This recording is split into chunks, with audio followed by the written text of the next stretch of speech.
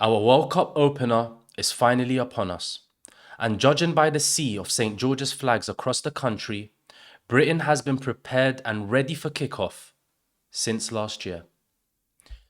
Welcome back to the channel, guys. Welcome back to another video. Today we've got a massive one. England versus Croatia. Let's get into it. We had some crazy news come out. Trevor Chalobah, that's right.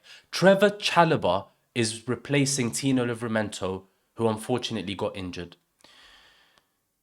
Now, I was asked a very interesting question when we had the initial squad announcement, and that was, if I could bring in 3 players who've been omitted, who would it be? Harry Maguire, Lewis Hall, and then I was stuck between Morgan Gibbs-White and Adam Wharton. Lewis Hall for me was the perfect replacement in this situation. Why? Balance. On the right side, we had 3 right-footed fullbacks versus 1 on the left. Now, if God forbid something happens to Nico O'Reilly, or on the off chance we want to rest him, Lewis Hall was a perfect player to come in and seamlessly replace him. Them two for me have been top 2, top 3 left backs in the Premier League this season. Instead, we're going to the World Cup with 6 centre backs. What are we doing here? I'm not going to complain, not now at least, because for the first time in my lifetime, I actually believe. Let's not take the piss here. I am tired of singing It's Coming Home. I'm tired of looking at the France team. I'm tired of looking at the Argentina team. I'm tired of thinking if we play against them, we're absolutely done for. We need to instill that fear in their hearts, which is why I'm going to build the strongest 11 against Croatia, because we need to begin as we mean to go on. So let's talk about our starting 11. In goal, Jordan Pickford, number 1 keeper. Right back, Reece James, Stones, Gurhey, Nico O'Reilly. And in midfield, this is where I'm most excited. We've got Declan Rice and Elliot Anderson. For the first time, Declan Rice is playing alongside someone who's going to be able to sit back, allowing him to go off and do his own thing. And Elliot Anderson, I love Moises Caicedo, but Elliot Anderson has been the best CDM in the Premier League this year. I mean, just look at Nottingham Forest. Forest have turned around and said, we're not accepting £120 million to sell him to City. That is absolutely insane. Now, in front of those two, I'm going with Jude Bellingham. The 10 position, we're absolutely stacked in. Absolutely stacked. But Jude is Jude. Right wing, Bukayo Saka. Noni Madueke is a 1v1 demon. End product-wise, nah. Absolutely nothing. I mean, look at the miss against Costa Rica. How are you missing that? Mad. On the left side, Battle of Barcelona. We've got Marcus Rashford and Anthony Gordon. I still don't understand how Barcelona have signed Anthony Gordon. I'm not saying Gordon is a bad player, but in my opinion, he's not technically good enough to play for a team like Barcelona.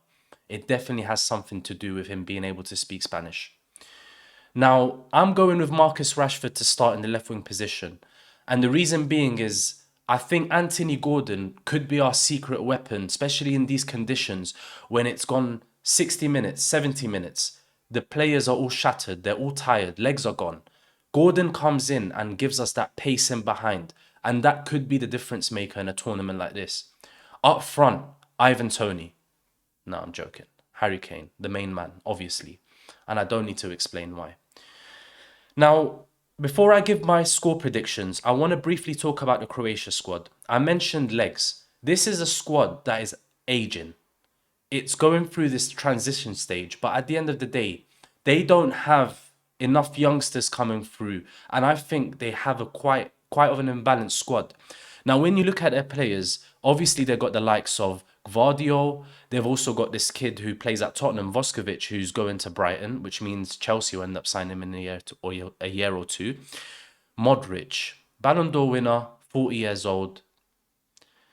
I mean, if we play with high intensity, he ain't making it past the 60th minute. Up front, in their attacking position, this is where things get shocking for them. They've got players like Kramaric, who's 34, Perisic, who's 37.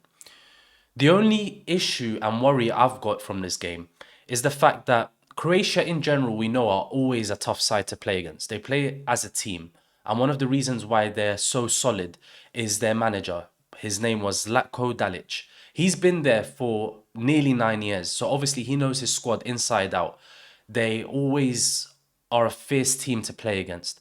Now, the other problem I've got is the fact that Croatia had a shocking tournament in the Euros, and they'll be looking to make things right. And there's no way better to do that than beating us in the opener. Nevertheless, there's no excuses. There's absolutely no excuses.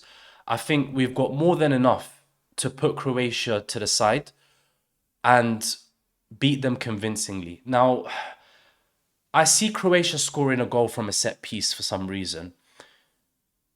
I'm going for a scoreline of 3-1. I think we beat Croatia 3-1 in this game. Now, more importantly, I want to know what you guys think. Do you think it's coming home? Do you think we've got enough? What do you think about this Trevor Chalobah coming in business? And what's your score prediction, guys?